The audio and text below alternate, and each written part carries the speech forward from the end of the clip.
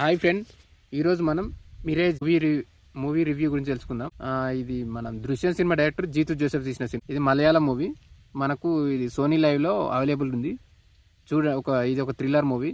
బాగా అనిపిస్తుంది, మీకు కూడా నస్తుంది. సినిమా స్టోరీ ఏంటంటే హీరోయిన్ వర్క్ చేసే అపర్ణ బాలమురళి హీరోయిన్ వర్క్ చేసే ఆఫీస్ లో ఒక పెన్ డ్రైవ్ మిస్. అది హీరోయిన్ లవర్ అండ్ ఫ్రెండ్ అయినా అతని చేతి నుంచి ఆ పెన్ డ్రైవ్ లో ఇన్ఫర్మేషన్ పోయిందని తెలుస్తుంది. దాని గురించి అది ఎక్కడ ఉందని హీరోయిన్ టార్చర్. ఒక నాలుగైదు సైడ్ నుంచి ఆమె మీద ఫోర్స్ వస్తుంది. ఇది స్టోరీ. ఫైనల్ గా పెన్ డ్రైవ్ దొరికిందా, అందులో ఏముంది, ఇంకే స్టోరీ ఏంది, పెన్ డ్రైవ్ గురించి ఏం స్టోరీ, హీరోయిన్ రోల్ ఏంటి, ఇదని స్టోరీ. సినిమా నాకైతే బాగా అనిపించింది.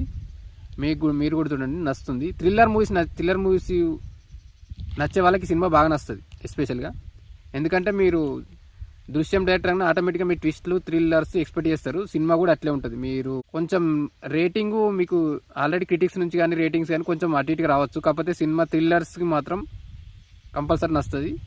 మిరేజ్ మూవీ కంపల్సరీ చూడండి.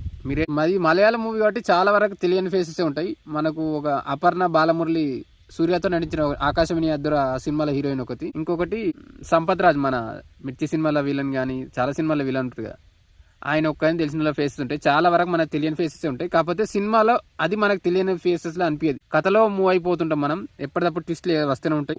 జీతు జోసెఫ్ గారి మూవీస్ అంటే ఆల్మోస్ట్ ఫ్లాప్ అయినా హిట్ అయినా నాకైతే సినిమాలు బాగా అనిపిస్తాయి. ఇప్పుడు దృశ్యము సిరీస్ కానీ దృశ్యం 1, 2 ఇప్పుడు 3 కూడా వస్తుంది అనుకో. దాంతో పాటు ఏంది కార్తీ దొంగ సినిమా, అది కానీ ఏదైనా బాగా అనిపిస్తుంది.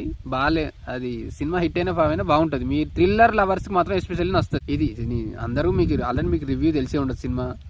కాకపోతే థ్రిల్లర్స్కి మాత్రం మిస్ చేసుకోకూడదు, తర్వాత రిగ్రెట్ అవుతారు. ఎక్కడో సగం సగం చూసి సినిమా బాగాలేదని ఒపీనియన్ కాదు. థ్రిల్లర్స్కి మాత్రం ఇది బాగుంటుంది. తెలుగులో కూడా అవైలబుల్ ఉంది, సోనీ లైవ్ లో ఉంది. కంపల్సరీ చూసే. Okay, thank you friends.